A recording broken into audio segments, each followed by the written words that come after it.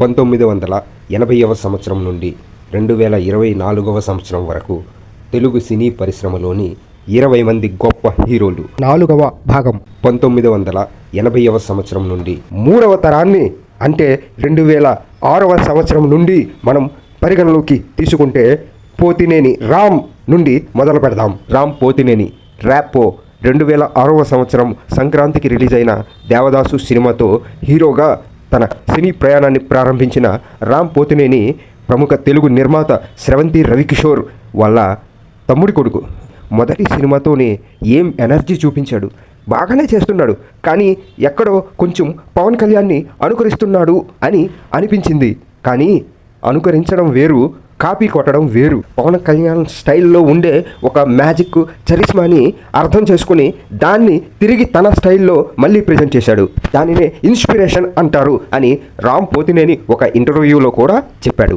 Ram Pothineni dance గురించి ఒకానొక సందర్భంలో చిరంజీవి, రామ్ చరణ్లో కూడా రామ్ చాలా చక్కగా డ్యాన్స్ చేస్తాడు అని చెప్పుకొచ్చారు. ఇక దేవదాసు సూపర్ సక్సెస్ అయిన తరువాత వెంటనే సుకుమార్ దర్శకత్వంలో జగడం అనే సినిమా చేశాడు. ఆ సినిమా అపజయం పాలయ్యింది. కానీ రామ్ మంచి నటుడిగా మార్కులు సంపాదించుకున్నాడు. ఆ తరువాత శ్రీను వైట్ల దర్శకత్వంలో 2008వ సంవత్సరంలో రెడీ అనే సినిమాతో సూపర్ హిట్ కొట్టాడు. ఆ సినిమాలో రామ్ నటన కొంచెం పవన్ కళ్యాణ్కి దగ్గరగా ఉన్నట్టు కనిపించినా తనకంటూ ఒక స్టైలు, ప్రత్యేకమైన ఎనర్జీ, స్పీడు రామ్లో కనిపించి ప్రేక్షకులని తన నటనతో ఆకట్టుకున్నాడు. తన కామెడీ టైమింగ్, తన స్టైల్, తన హీరోయిజం, తన ఎనర్జీ, సొంత స్టైలు, సొంత హీరోయిజం ఉంది అని రెడీ సినిమాతో చూపించాడు. ఇలా రామ్ పోతినేని ఒక హిట్ కొడితే 2-3 ఫ్లాపులు అందుకుంటూ సినీ ప్రయాణాన్ని అంచెలంచెలుగా పెంచుకుంటూ వచ్చాడు.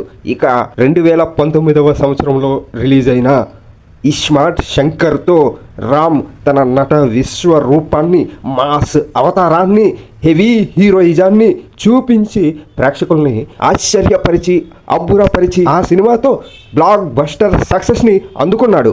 డ్యాన్సులు ఇరగదీశాడు, డైలాగులు అదరగొట్టాడు, యాక్టింగ్ చించి పారేశాడు, కామెడీ కుమ్మేశాడు, ఫైట్స్ దుమ్ము లేపాడు. నెక్స్ట్ జనరేషన్ తెలుగు సినీ పరిశ్రమలో మరొక స్టార్ హీరో రామ్ పోతినేనిగా స్థానాన్ని కైవసం చేసుకున్నాడు. శర్వానంద్ 2004వ సంవత్సరంలో తన సినీ జీవితాన్ని చిన్న చిన్న పాత్రలు, చిన్న చిన్న సినిమాలతో మొదలుపెట్టాడు. 5వ తారీఖు, యువసేన, శంకర్దాదా ఎంబీబీఎస్, సంక్రాంతి, అమ్మ చెప్పింది, వీధి వంటి చిన్న చిన్న పాత్రలైన ప్రాధాన్యత ఉన్న పాత్రలతో తన నటనా ప్రతిభని ప్రేక్షకులకి చూపించి నటుడిగా గుర్తింపు పొందాడు. నటుడిగా నిరూపించుకోవడానికి ఎక్కువగా ప్రయత్నము, ప్రాధాన్యత ఇచ్చాడు.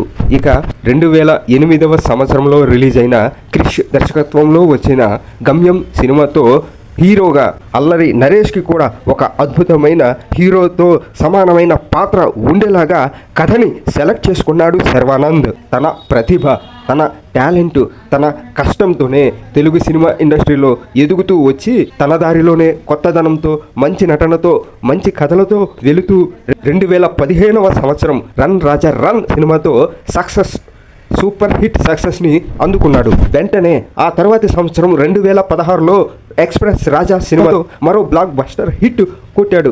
ఆ వెంటనే తరువాతి సంవత్సరం 2017వ సంవత్సరంలో శతమానం భవతి అనే సినిమాతో సూపర్ బ్లాక్ బస్టర్ హిట్ని సొంతం చేసుకున్నాడు శర్వానంద్. తర్వాత వచ్చిన మహానుభావుడు, ఒకే ఒక జీవితం, ఈ మధ్యనే రిలీజ్ అయిన మనమే సినిమాలతో మంచి నటుడిగా ఆ పాత్రలకి, ఆ సినిమాలకి, ఆ కథలకి తన నటనతో న్యాయం చేస్తూ వచ్చాడు. ఇలాగే మంచి కథలని, చక్కని కథలని ఎంచుకుంటూ తన నటనని ఇంకా మెరుగుపరుచుకుంటూ క్రమశిక్షణతో కష్టపడితే నెక్స్ట్ జనరేషన్ తెలుగు సినీ పరిశ్రమ నుండి మరొక స్టార్ హీరోగా శర్వానంద్ నిలబడతాడు.